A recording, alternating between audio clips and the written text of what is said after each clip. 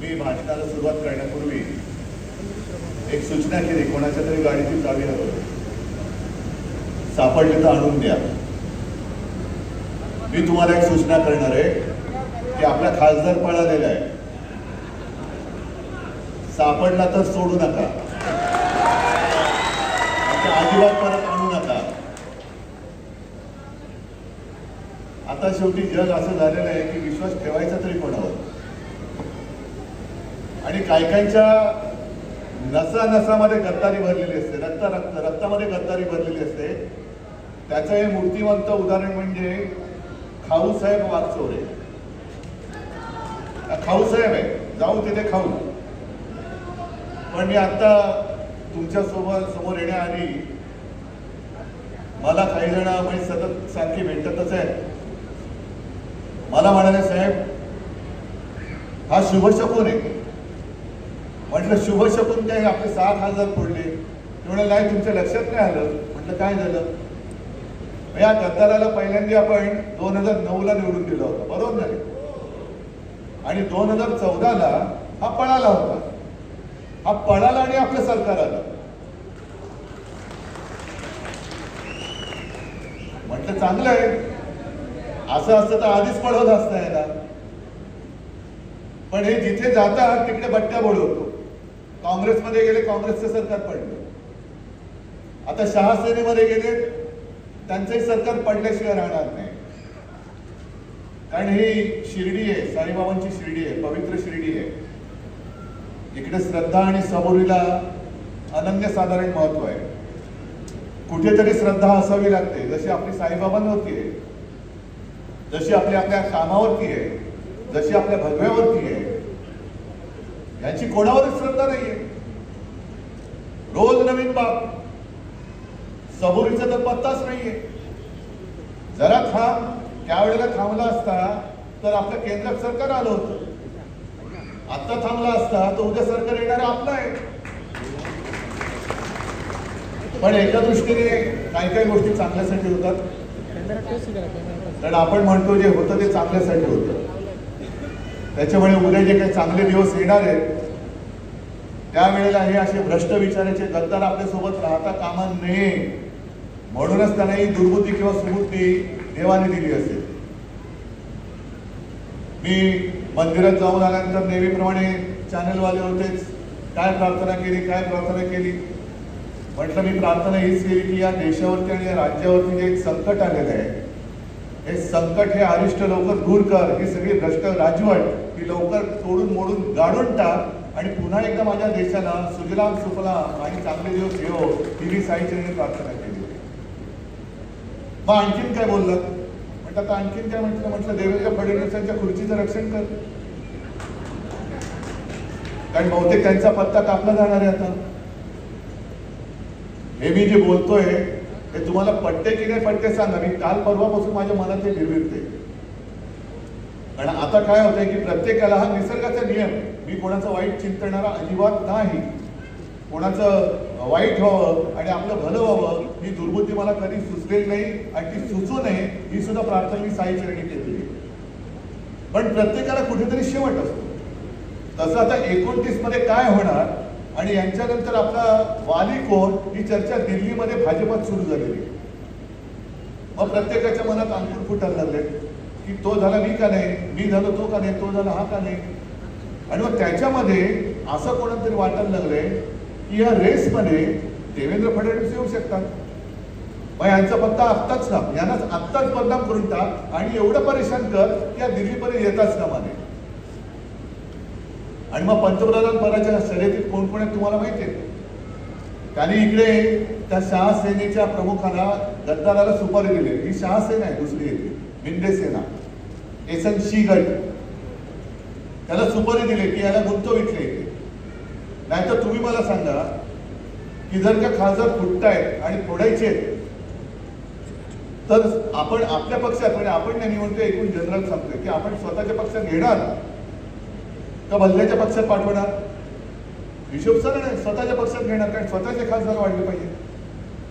गेल्या निवडणुकीमध्ये एकूण जे काही खासदार निवडून आले त्याच्यात 19 साली आपले 18 आले होते भाजपचे 21-22 आले होते. युती तुटल्यानंतर आपलेही 9 आले आणि भाजपचेही 9 आले आणि शहासेनेचे 6-7 आले. मग शहासेनेने काय केलं? आपले फोडले आणि शहासेनेत घेतले. म्हणजे भाजपपेक्षा महाराष्ट्रामध्ये आज ताकद कोणाची वाढली? शहासेनेची वाढली. आता ही शहासेना उद्या जर का पंतप्रधान पदाचा निर्णय घेण्याची वेळ आली तर कोणाला मतदान करेल? कोणाला करेल? आहे ना हिशोब सरळ. मग त्यावेळेला ह्याला काय सांगतील? तू गप्प बस, तुझ्या नेतृत्वाखाली भाजप लढली आणि तुझे फक्त 9 आले, शहासेनेचे एवढे खासदार आहेत. अशी या शहासेनेची चाल आहे. आणि इकडे सुपारी किंग बसलेले आहेत आमचे मिंदे गद्दार. कारण गद्दार यांच्या रक्तात भिडले मी मगाशी बोललो. पण या खाऊसाहेबाचं एक बरं आहे, प्रत्येक जण काय म्हणतोय की आम्ही उद्धव ठाकरेंबद्दल बोलणार नाही. तू बोलू काय शकतो? लोक जोड्याने मारतील. उद्धव ठाकरे म्हणजे देव माणूस आहे. अच्छा, मग आता तुम्ही सुद्धा सांगा. मी शिर्डीमध्ये बसलोय, आता जाऊन आलो साईबाबांच्या चरणी नतमस्तक होऊन आलो. मंदिरात गेल्यानंतर तुमचं लक्ष साईबाबांकडे असतं का नैवेद्याकडे असतं? तुम्ही साईबाबांच्या मंदिरात बाबांचे आशीर्वाद घ्यायला जाता का नैवेद्य खायला जाता? हा खाऊसाहेब आपल्याकडे आला होता, तो नैवेद्य खायला आला होता. उद्धव ठाकरे देव माणूस आहे, पण माझं लक्ष नैवेद्याकडे. कधी एकदा खातोय. आता जे काही मी तुम्हाला सांगतोय, काल मी धाराशिवला गेलो होतो, त्याच्या आधी सगळीकडे फिरून आलो. मला खरंच मनापासून लाज वाटते की लोक पत्रकार मला विचारतात, हे तुम्ही आता टीका त्यांच्यावर करताय, ते तुम्ही तुमच्याकडे होते तेव्हा का नाही बोलला? एक गोष्ट प्रामाणिकपणाने कबूल केली पाहिजे की चूक माझी आहे, पण मला या आधी गोष्टी कोणी सांगितल्या नव्हत्या. मग कोणाला नोकरीचं आमिष दाखवून कोणी कसे पैसे घेतले, कोणी काय केलं, कोणी कसं केलं, कुठे बँकेत घोटाळा आहे, कुठे कशात घोटाळा आहे, कोणाच्या आणखीन काय काय भानगडी आहे, हे सगळं गेल्यानंतर ती लोक मला सांगतात. म्हणतात अरे बाबा काही आधी का नाही सांगितलं मला? कारण आपण काय होतो की शेवटी विश्वास. 14 साली खाऊसाहेब गेले होते, मग 24 साली ज्यांनी आणलं होतं ते काल परवा गेले तिकडे. म्हणजे यांचं सगळं ठरलं होतं, आधी तू जा, तुझ्या मागोमाग मी येतो आणि मग सगळी शिवसेना घेऊन जाईल. अरे अशी शिवसेना हलणारी, एवढी पोकळ विचारायची शिवसेना नाहीये. आज खासदार तिकडे गेला असला, त्याला आणणारा जरी तिकडे गेला असला तरी निवडून देणारा, आणि अक्षरशः मला काही काही वेळेला गहिवरून येतं की जे मी चॅनलवरती साधे शिवसैनिकांच्या प्रतिक्रिया ऐकतोय, प्रतिक्रिया पाहतोय. साधे शिवसैनिक आहेत, शेतकरी आहेत, आणि ते सांगतायत की आम्ही पदरमोड करून याला निवडून आणला होता. हा नालायक होता कुठे? स्वतःचे पैसे खर्च केले, समोर पैशाचा धबधबा असताना सुद्धा आम्ही आमच्या कष्टाचे पैसे त्या या निवडून आल्या त्याला दिले होते, तिथे बाहेर थांबवणार.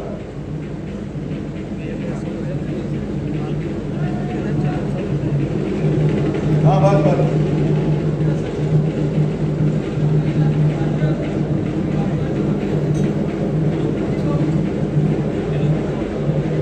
हा येऊ द्या, नुसते सरळ या, वाजवत नका, वाजवायची आहे त्याची दुसऱ्याची.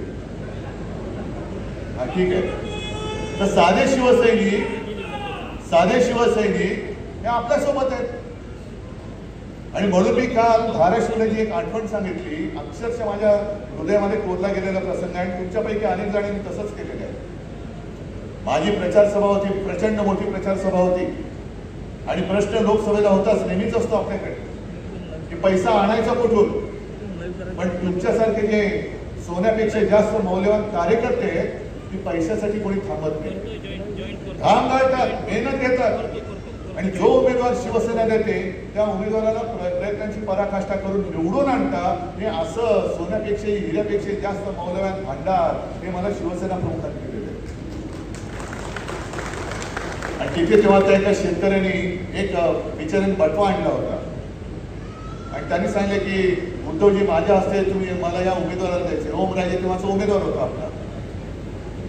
काय मी म्हणतो, शेतकऱ्याने एक तर स्वतः कर्जबाजारी आहेत, पीक हमी भाव काही नाहीये, पीक विमा नाही, काही नाही, नुकसान भरपाई कुठे मिळत नाही. अशा परिस्थितीमध्ये सुद्धा त्याला जेव्हा वाटतं की नाही माझा माणूस आहे, हा शिवसेनेचा माणूस आहे, उद्धवजींनी दिलेला आहे, बाळासाहेबांचा उमेदवार आहे, मी फुल ना फुलाची पाकळी म्हणून त्याला जो काय माझा 1 रुपया असेल 10 रुपये असेल काय असतील हे मला देणं माझं कर्तव्य आहे. ते पैसे नसतात, तो विजयाचा आशीर्वाद असतो, विजयाचा आशीर्वाद असतो. आणि त्या आशीर्वादाच्या जोरावरती ही शिवसेना कधी संपू शकत नाही अशी बांधणी आपली झालेली, कधीच संपू शकत नाही. काल काय द्याल हे काय देतील हे लोक? पैसा. किती पैसा देतील? पैसा घेऊन जाणार कुठे? तोड काळ करून फिरणार. पैसा भरपूर आहे. आता हे सगळे गद्दार खासदार जे फुटलेत, विकास निधी, या खाऊ साहेबाला जवळपास 15 कोटी रुपये मिळाल्यानंतर जवळपास फक्त 70 लाख रुपये यांनी खर्च केला. 135 कामापैकी 2 कामं पूर्ण झाली. हे मी नाही सांगत, त्या साहिल जोशीने त्या चॅनलवरती सांगितलेलं आहे.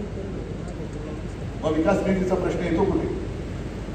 जवळपास 15 कोटी मिळाल्यानंतर 130-135 कामाची 2च कामं तुम्ही करू शकत असाल तर मग तुम्ही थांबा. मार्केट कोणाला? विकास निधी मिळत नाही, विकास निधी मिळत नाही.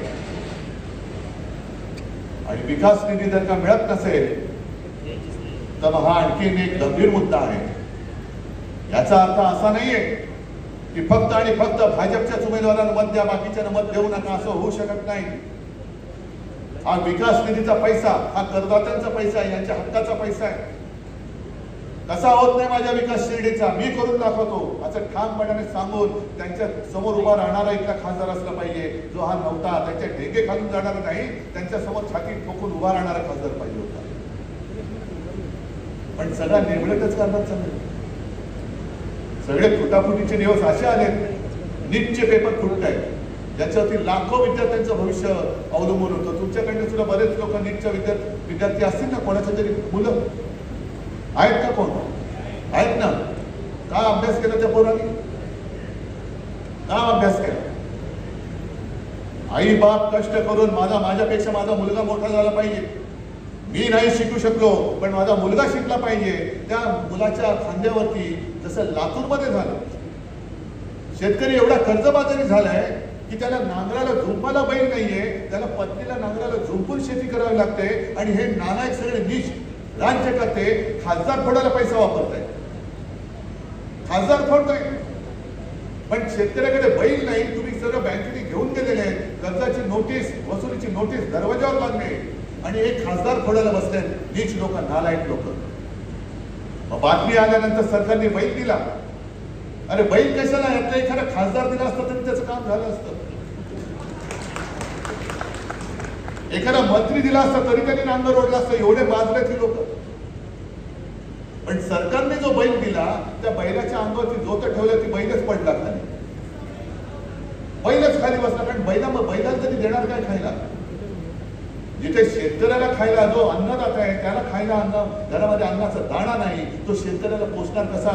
शेतकऱ्याला जो भार पेलवत नाही, त्या बैलाला, त्या नांगराचा भार पेलवत नाही. पण सरकारला मात्र आणि शहासेनेला मात्र पैशाचा भार पेलवत नाही, म्हणून खासदार फुटले. नीटचे पेपर फुटले, तिकडे उपोषणाला बसले जंतर मंतरला, कोणी फिरकायला तयार नाही. काल परवाकडे आपल्या ठाण्यामध्ये टीईटीचा म्हणजे शिक्षकांचा पेपर फुटला.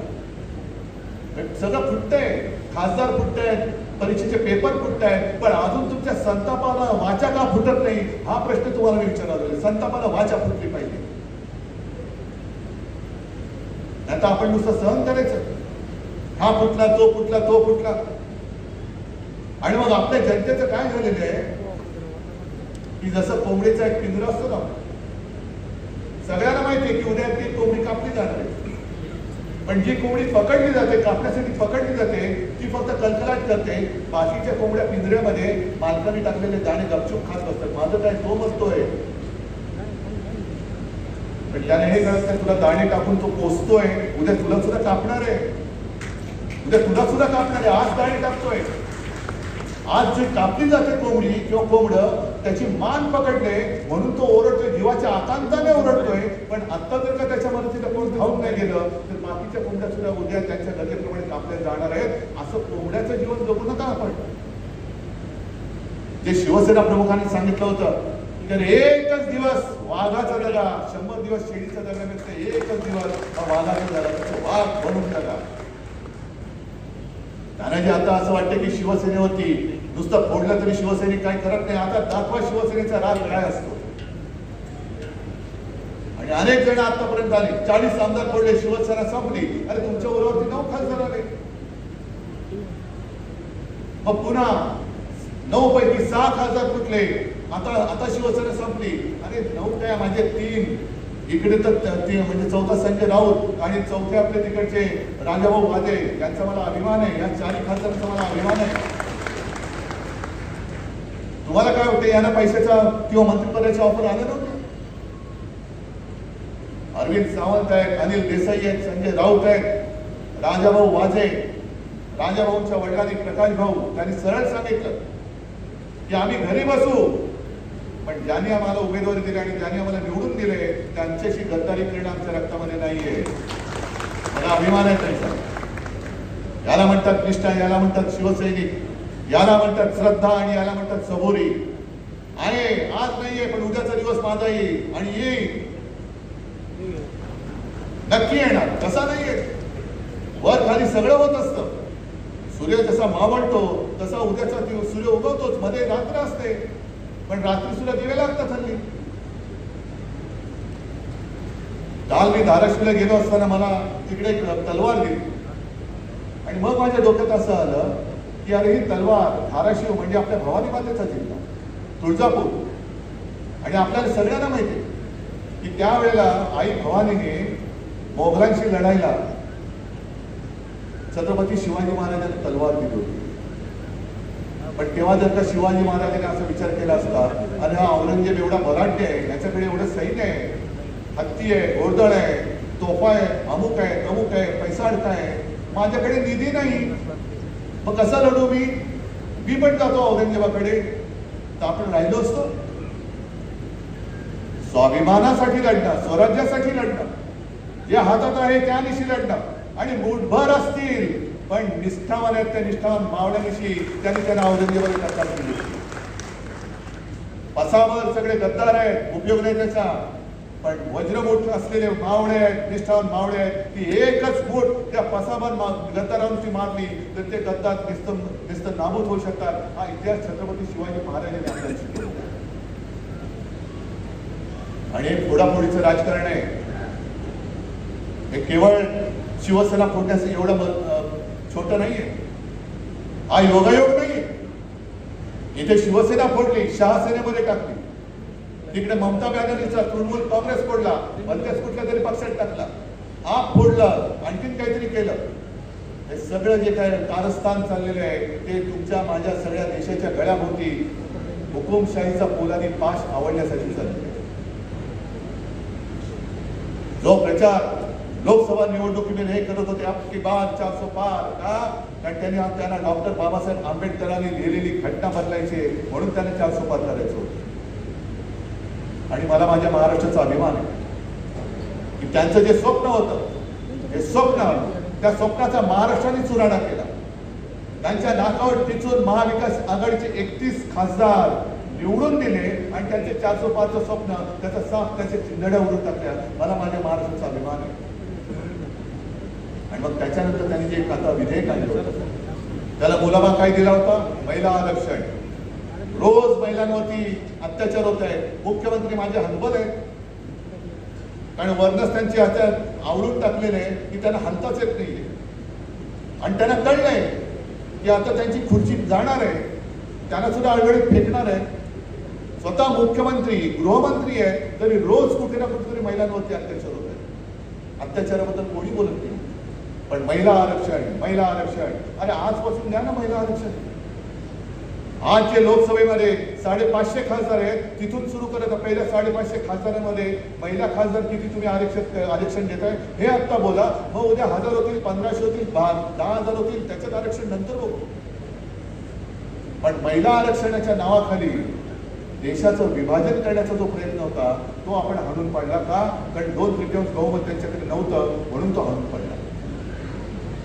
आता हे सगळे खासदार फोडून फोडून फोडून फोडून पुन्हा ते बिल, ते विधेयक कदाचित येत्या अधिवेशनात आणून ते मंजूर करतील की जेणेकरून माझ्या महाराष्ट्राचा आणि दक्षिणेचा आवाजच लोकसभेमध्ये उठला तर त्याला किंमत असणार नाही. संपूर्ण राज्य हे उत्तरेच्या हातामध्ये देईल. हा महाराष्ट्रावरती आणि महाराष्ट्राच्या अस्मितेवरती होणारा आघात आहे. हे ठीक आहे, असे खाऊसाहेब अनेक आले आणि अनेक गेले, अनेकांना गाडून टाकले, यानं सुद्धा आपण गाडून टाकू उद्या निवडणुकीमध्ये. माझ्यासमोर तो प्रश्न नाहीये, तेवढे तुम्ही समर्थ आहात. पण शिवसेना केवळ आमदार आणि खासदारासाठी जन्माला आलेली नाही. शिवसेना या देशासाठी, महाराष्ट्रासाठी, मराठी माणसासाठी आणि गोरगरीब जनतेसाठी, शेतकऱ्यासाठी म्हणून शिवसेना जन्माला आली. मला चिंता ती आहे, मला ती काळजी वाटते उद्या काय होईल. कारण एवढे खासदार फोडून सुद्धा त्यांना ठाकरे का संपवायचं आहे? कारण त्यांना माहिती आहे ठाकरे एकदा संपला तर महाराष्ट्रामधला प्रश्न विचारणारा दुसरा कोणी राहणार नाही.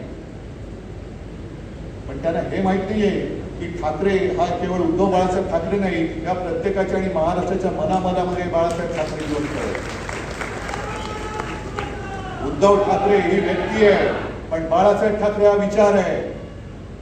आणि या बाळासाहेब ठाकरे हिंदू हृदय सम्राट एकच, त्यांची जागा सुद्धा हे घेऊ शकत नाही. म्हणून सुद्धा ती एक आग आहे की अरे एवढं मी करून सुद्धा अजून मला कोणी हिंदू हृदय सम्राट का म्हणत का नाही? कारण तुम्ही बोगस आहात, तुम्ही बोगस आहात.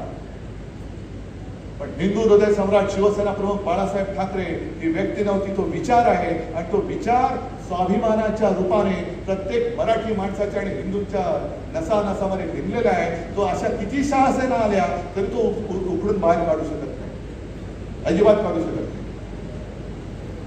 जसं मी देवेंद्र फडणवीसांचं सांगितलं, मग लोक विचारतात तुम्हाला असं कसं वाटतं? देवेंद्र फडणवीस म्हणाले मी पक्षी नाही, माझे पंख कसे छाटणार? अरे हा वाक्प्रचार आहे. तुम्हाला मराठी येत नसेल तर विधानसभा अध्यक्षांकडनं मराठी शिका. ते तुम्हाला दर्दमय काय दर्दमय काहीतरी मराठी, त्यांना उच्चार येत नाही आणि अध्यक्ष बसले आणि ते आमच्या पक्षाचा निर्णय देणार. काय कोणाकडनं अपेक्षा करायची? महाराष्ट्राच्या विधानसभेचा अध्यक्ष ज्याला मराठी नीट वाचता येत नाही, तो महाराष्ट्राचा कारभार करतोय, तो शिवसेनेच्या बाबतीत भवितव्याचा निर्णय देतोय आणि आम्ही गपगुमान त्या खुर्चीचा आदेश म्हणून मानतोय. याच्यासारखं दुर्दैव दुसरं कोणतं नाही. मुख्यमंत्र्यांना अजून ते कळलंय पण पचत नाहीये. आणि काही वेळेला असं होतं सहनही होत नाही आणि सांगता येत नाही. तशी मुख्यमंत्र्यांची परिस्थिती झाली. सहनच होत नाहीये पण करू काय? कारण स्वतःच्या ताकदीवरती मुख्यमंत्री नाही झाले, वरच्याच्या उपदवाली की मर्जी, उपदवाली की मेहरबानी. जसं आपण सगळे साईबाबांच्या चरणी लीन होतो तसे दिल्लीश्वरांच्या चरणी लीन होतात. तेच त्यांचे सगळे मायबाप जी हुजूर, जब तक आप कहोगे तब तक मैं बैठा रहूंगा, आप बोलेंगे उठ तो मैं उठूंगा, आप बोलेंगे लोड तो मैं लोडूंगा. हे मुख्यमंत्र्यांचं दुःख आहे. करणार काय? पण आज एखाद्या आणखीन चांगला प्रश्न मला विचारला की शिवसेनेला पुनर्बांधणीची गरज आहे का? म्हटलं शिवसेनेला नाही, गरज आहे पुनर्बांधणीची जी भाजपला आहे. कारण आम्ही 25-30 वर्ष त्या भारतीय जनता पक्षाबरोबर होतो की ज्याला हिंदुत्व हे राष्ट्रीयत्व म्हणून मान्य होतं. ज्याला जसं इकडे माझा मुस्लिम मावळा तो बघा